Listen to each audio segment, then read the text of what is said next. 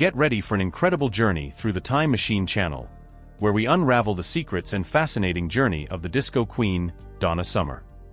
From massive success to moments of battling domestic violence, attempted suicide, and the fight against cancer, this is a story that will captivate you from start to finish. Donna Summer is much more than a renowned singer. She is a true legend who shaped the disco music of the 1970s and left her legacy in the dance scene of the 1980s and 1990s. In this video, we delve into the twists and triumphs of this star, revealing what lies behind the voice that made the world dance to the rhythm of "I Feel Love."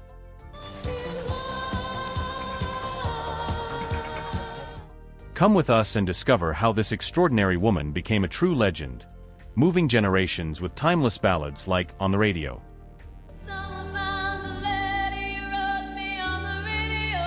Come with us and embark on a fascinating journey through the life and work of Donna Summer. We want to know what your favorite song of hers is. Leave it in the comments. And if you're not subscribed yet, don't waste time and join our community to not miss any videos. Donna Adrienne Gaines was born on December 31, 1948, and became known as Donna Summer, one of the greatest representatives of 1970s dance music and a significant influence on the culture of that time. Her journey to fame was filled with challenges and obstacles. In her autobiography titled "Ordinary Girl: The Journey," Donna Summer writes, "I've always been the kind of person who dives into things, literally and figuratively, regardless of whether I fully knew what I was getting into or not." From her childhood, Donna had to face obstacles and insecurities. At the age of 7, while her father was fixing a kitchen chair, Donna accidentally got cut on her face with the chair her father was repairing, resulting in a scar that troubled her and made her feel ugly and insecure for many years. To deal with these insecurities, she chose to wear wigs to try to hide the scar and had to confront teasing from her siblings and neighbors, which motivated her to face depression and seek therapeutic support from an early age. At the age of 8, Donna had her first experience on stage replacing an absent vocalist at the church she attended with her family. It was at that moment that she discovered her exceptional vocal talent, although still struggling with fragile self-esteem. However, when performing, she felt an improvement in her emotional state, realizing the transformative power of music in her life. Donna's life took a significant turn when, at the age of 8, she nearly drowned while jumping into a pool and was saved by her brothers. This profound event made her reflect on a greater purpose in her life. At this crucial moment, Donna turned to God, asking Him to further enhance her musical gift, as she firmly believed that special plans were reserved for her. This new perspective brought a renewed sense of purpose and determination to her life. During the following years in school in Boston, Donna seemingly saw her request to God fulfilled as she transformed into a popular person. Previously, she was the girl facing depression and isolation, but now she was actively involved in school musicals, gaining popularity among peers due to her singing talent. However, in 1967, a few weeks before graduating, Donna made a bold choice that altered the course of her life. She headed to New York in the summer of 1968. Amidst the hustle of New York City, Donna immersed herself in the Greenwich Village neighborhood during the 1960s, where the countercultural scene was thriving. Her nightlife became livelier as she joined a blues rock band. The girl who used to sing in church and school musicals was now in New York City's nightclubs, sleeping during the day and enjoying public parks in her spare time. That was Donna Summer's routine in the city. In a surprising twist, Donna saw an opportunity on Broadway stages by auditioning for the musical Hair, which was touring Broadway at the time. She passed the auditions and left behind the blues rock band and New York City nightclubs. Donna became so successful in the musical that she reached a crucial moment. The producer casually asked her where she dreamed of singing. Donna replied without much thought, "Europe," without specifying a country, just the European continent. A few days later, Donna was shocked to be invited to take the musical to Germany, a European country. In August 1968, at the age of 19, she left New York for Europe, after reluctantly gaining her parents' approval. In this new phase, Donna immersed herself in the German language and delighted the German audience by performing in the musical, singing in German, opening an exciting new chapter in her life. After 3 years in Germany, Donna Summer's musical journey led her to Vienna, Austria, where she joined the Volksoper Vienna, a renowned institution known for its diversity of artistic productions including opera, operetta, classical music, ballet, and other forms of musical entertainment. Donna Summer's musical journey began to transform significantly when she joined the vocal group Family Tree, formed by producer Gunter Yogi Zerlock on a brief tour. The international stage was ready to welcome her, but destiny had even more successes and surprises in store for her. During her stay in Austria, Donna Summer met a psychiatrist who believed in the therapeutic power of music, resulting in a brief romance between them. In her memoirs, she recounts that by the end of the first year in Vienna, she was deeply emotionally involved with her psychiatrist, even discussing the possibility of marriage, although the idea was dismissed by the man, who argued that Vienna was too small a city for a singer of her magnitude. In the pages of her autobiography, Donna reveals even more details. Our romance came to an end, but our friendship remained. In 1968, Donna released her first single under the name Donna Gaines by the Polydor record label. The song chosen by Donna for her single was a German version of the song Aquarius, a hit from the musical Hair. The following year, in 1969, Donna released her second single, If You Walkin' Alone, by Philips Records. In 1971, still using the stage name Donna Gaines, she released another single, a remake of the song Sally Go, Round the Roses, originally performed by the Janettes in 1963. The year 1972 marked Donna's marriage to Austrian actor Helmut Sommer. The couple had known each other since Berlin, having worked together on musicals in Germany. After moving to Austria, the friendship between Donna and Helmut evolved into a romance, especially during their collaborations in musical productions. After the release of her last singles, Donna went on tour in Europe. Donna and Helmut remained together even when apart. At the end of the European tour, Donna returned to Vienna, where Helmut proposed to her in 1972, formalizing their union shortly after. Shortly after, Donna discovered she was pregnant. In her autobiography, she recounts a critical moment when she was rushed to the hospital by Helmut due to the risk of a miscarriage. The couple then decided to move to his parents' apartment, where Donna remained bedridden for the rest of her pregnancy. In February 1973, Donna gave birth to her first daughter, Natalia. In the year following her daughter's birth, Donna was confronted with deep depression, an experience she had already endured in childhood. This condition was triggered by the challenges of motherhood, generating a sense of unpreparedness and uncertainty about her role as a mother. Donna faced her problems alone, as her husband was dedicated to work, leaving Donna responsible for caring for the child. This situation exacerbated her condition, as she had also been away from her great passion, music, for a long time. During this difficult period, she found support in a friend who helped care for her newborn daughter, teaching her how to bathe the child and even put her to sleep.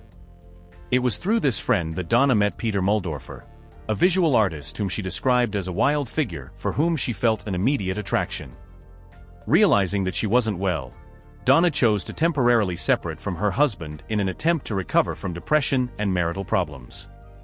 She moved into her friend's house and began spending more time with Peter. Although he was married, they shared confidences and soon became lovers. After a short period, Donna's husband discovered the affair, triggering an irreversible divorce process. During this time, Donna's daughter was cared for by maternal grandparents in the United States. Subsequently, Donna and Peter decided to publicly acknowledge their relationship, resulting in Peter's separation from his family to move in and live with Donna. Nevertheless, Donna chose to keep her married surname, Sommer, and became known as Donna Summer. During this cohabitation period, Donna began to experience Peter's problematic side, including episodes of violence when he was intoxicated.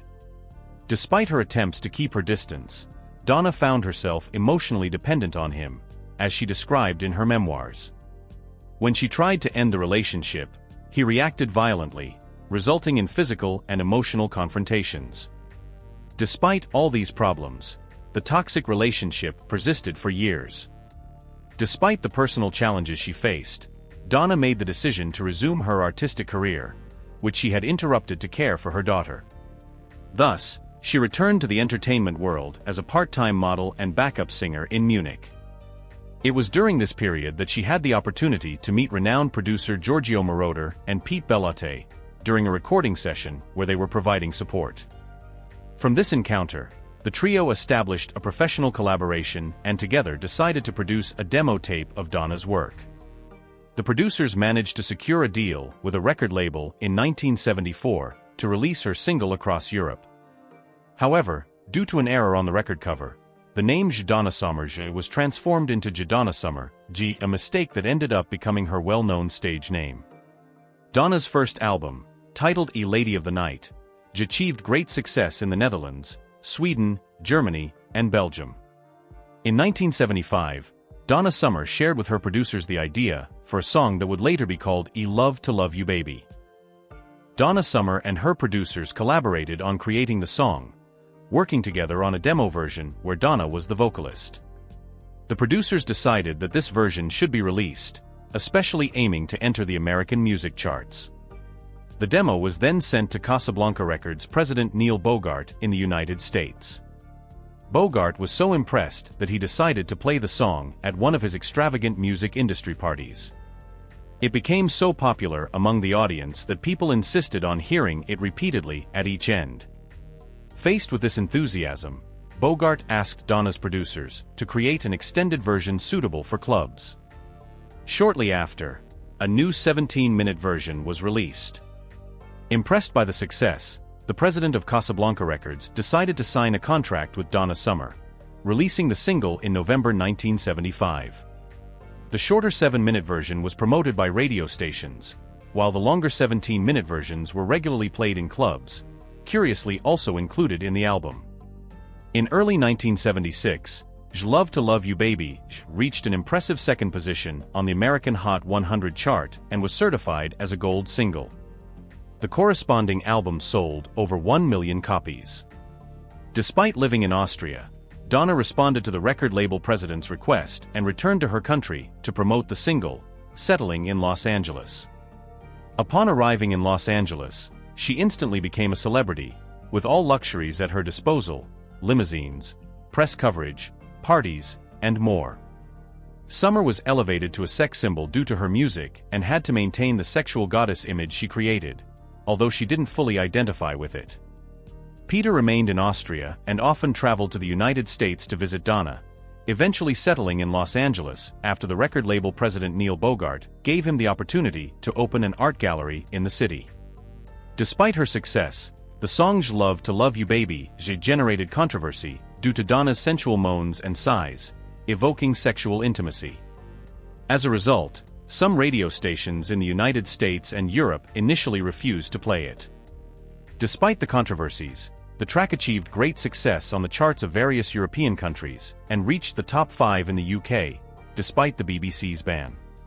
The record label wasted no time and soon released the subsequent album, titled A Love Trilogy. In an interview with the Washington Post, Donna openly shared the backstage of her success and exposed the intense physical and psychological pressures she faced daily. One of the battles she highlighted was the need to project a sexual image that didn't correspond to her true identity, leaving her uncomfortable and deeply frustrated, something many artists face when forced to adopt characters that don't reflect who they really are. However, the challenges weren't limited to her professional journey.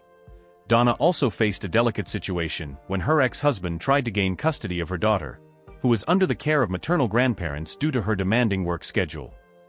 He argued that Donna wasn't present enough in the child's life, an allegation that had merit considering the grandparents' responsibilities. There was a real chance that he could win custody, which would further complicate the situation for the artist. Donna felt that everything was falling apart around her. The complexities of her family life and the demands of her artistic career made her lose control over her own life. It was in this difficult moment that a surprising incident occurred. During her stay at the Navarro Hotel in New York, amidst deep distress, Donna reached the hotel window and placed a leg on the ledge, considering a desperate leap. However, a stroke of fate happened when her legs got tangled in the curtains at that exact moment, and a chambermaid entered her room. This unexpected interruption turned out to be a turning point, saving the singer from a potential tragedy. In less than 24 hours, she was sitting in a therapist's office, ready to face her emotional battles. She was medicated, but quickly realized that it affected her sleep. It was then that she made a crucial decision. Donna Summer realized that what she really needed was to strengthen her relationship with her faith.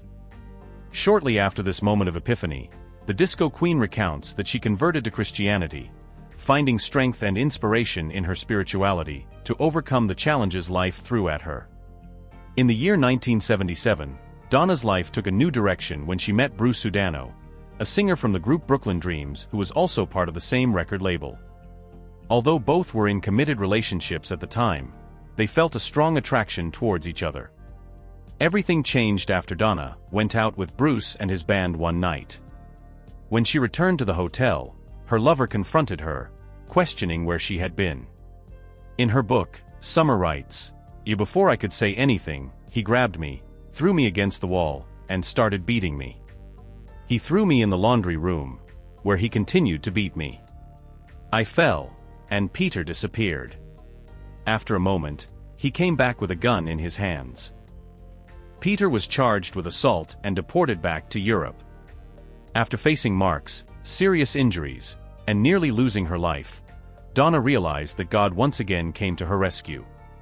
After this challenging period, she took time to heal and waited for the right moment to reconnect with Bruce.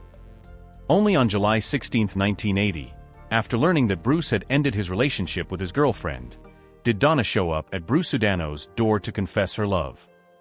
The couple tied the knot and remained together until Donna Summer's passing in 2012. The year 1980 was marked by several achievements for Donna. She received 4 nominations at the American Music Awards, taking home the awards for Female Pop/Rock Artist and Female Soul Artist, as well as winning in the category of Pop/Rock Single for Bad Girls. Her hit on the radio reached the 5th position on the charts, selling over 1 million copies in the United States and achieving gold single status.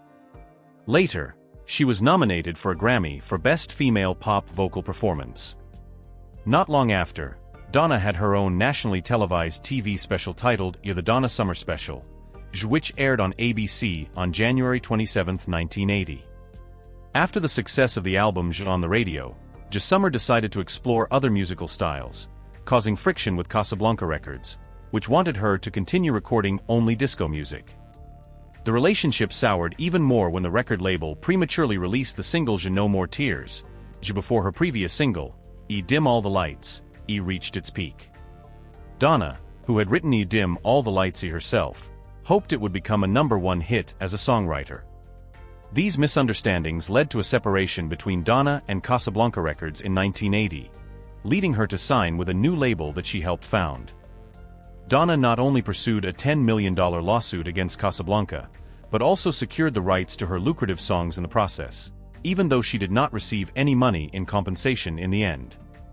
Donna Summer began her journey with a new record label by releasing her first album, The Wanderer. This musical project brought an interesting fusion of genres, incorporating elements of rock, rockabilly, new wave, and gospel music. Despite the rush for its release, as producers wanted more production time, the album followed Summer's gold success pattern, with the title track reaching the 3rd position on the Hot 100 chart. The subsequent singles, I Cold Love Ye and Ye Who Do You Think You're Foolin', also found space among the top 100 songs that year. In early 1981, Donna Summer gave birth to her second daughter, Brooklyn Sudano, the product of her current marriage. The daughter's name was chosen as a tribute to the years Donna spent living in New York. That same year, Donna Summer received more Grammy nominations, standing out in the category of Best Rock Female Vocal Performance for Cold Love, and also in the Inspirational Performance category for I Believe in Jesus. Right after, she was already immersed in the work on her next album, planned to be a double album. However, there was a misunderstanding during the project preview with the record label owner. He was informed it was nearly ready, when in fact only a few tracks were finalized, and most were still in demo phase. Some tracks he heard he didn't like and decided to cancel the project, which ended up being released years later, in 1996, under the title I'm a Rainbow. Over time, some of the tracks from this cancelled album were released and proved to be notable successes, contradicting the initial decision of the record label owner not to release it at the time of its creation. After the cancellation of her album in production, Donna's label hired renowned music producer Quincy Jones to oversee her next project, titled Donna Summer. The album recording was extended for over 6 months due to Donna's vocal difficulties, as she was pregnant again. During this period, the sad death of Neil Bogart, president of her former record label, occurred in May 1982, at 39 years old, a victim of cancer. In honor of Bogart, Donna was invited to sing at his funeral, despite previous legal disputes with him. In August 1982, Donna Summer gave birth to her third daughter, named Amanda Sudano. Amanda is Donna's second daughter, with Bruce Sudano. Despite setbacks and delays in production, the album Donna Summer was a tremendous success. Included in this album was the hit Love Is in Control, Finger on the Trigger, which earned her a Grammy nomination. After Bogart's death, the label was sold to Polygram Records. Polygram discovered that Donna still owed an album to Casablanca Records, her former label, and needed to fulfill that contractual term. Facing this situation, Donna produced the album She Works Hard for the Money with Polygram, which became a huge success. Released under the Mercury label in 1983, the album's title track reached the 3rd place on the Hot 100 chart in the United States and the 1st place on the Billboard for 3 consecutive weeks. This achievement also earned her another Grammy nomination. At the end of 1983, the label owner was preparing for Donna Summer's next album. He called on the producer responsible for She Works Hard for the Money, Michael Omartian, to produce the album Cats Without Claws. Donna was pleased this time not to have interference from the record label during the recordings, something she even mentioned in appreciation in the album's liner notes. However, her request for the lead single was denied. This album did not reach gold status in the United States, being her first to not achieve this. It was also the first to not generate a top 10 hit since Once Upon a Time, in 1977. Additionally, there was a controversial incident this year during a show in Atlantic City. Journalists claimed that during the show, Donna made negative comments about homosexuality, stating that God made Adam and Eve, not Adam and Steve, implying that gays were the product of sins and that God did not accept them as they were. However, Donna vehemently denied these statements later, expressing sadness for losses of friends to the AIDS epidemic and reaffirming her respect for the gay community. This news was shocking, as since the early 1980s, Donna Summer had been a revered figure in the gay club community. Her openly erotic and danceable music had become an icon in the gay community, maintaining notable loyalty even as her overall popularity waned. The statements were not well received by this community, which was used to seeing her as a beloved and respected figure. After this episode, Donna's representation in the gay community was not the same. In 1989, she even performed musically at a gay pride parade in Boston, but the organizers faced significant protests from their own community for inviting her to the event. In the subsequent years, Donna remained active in music and special projects, but did not reach the same levels of success. In 2008, she released the album Crayons, containing tracks like I'm a Fire, Stamp Your Feet, Andy Fame, The Game, which reached the 17th position on the top 200 albums chart in the United States, her best placement on the chart since 1983. In 2011, she served as a guest judge on the show Platinum Hit and was working on new music, including a collaboration with her nephew, rapper, and producer Omega Red. Donna Summer passed away on May 17, 2012, at the age of 63, due to complications related to lung cancer. Her battle against the disease was kept confidential, known only to her family and closest friends. The precise cause of the cancer was debated, with previous speculation suggesting asbestos exposure after the September 11 attacks and her history of smoking. However, the sadness of her loss is unquestionable. She left behind 3 daughters, her husband, and millions of fans worldwide. And thus, we conclude our video. Now we'd like to know what your favorite song by this wonderful singer is. Don't forget to subscribe to our channel and leave a like to support our work. Thank you for watching this far, and we hope you enjoyed our content. Until the next video.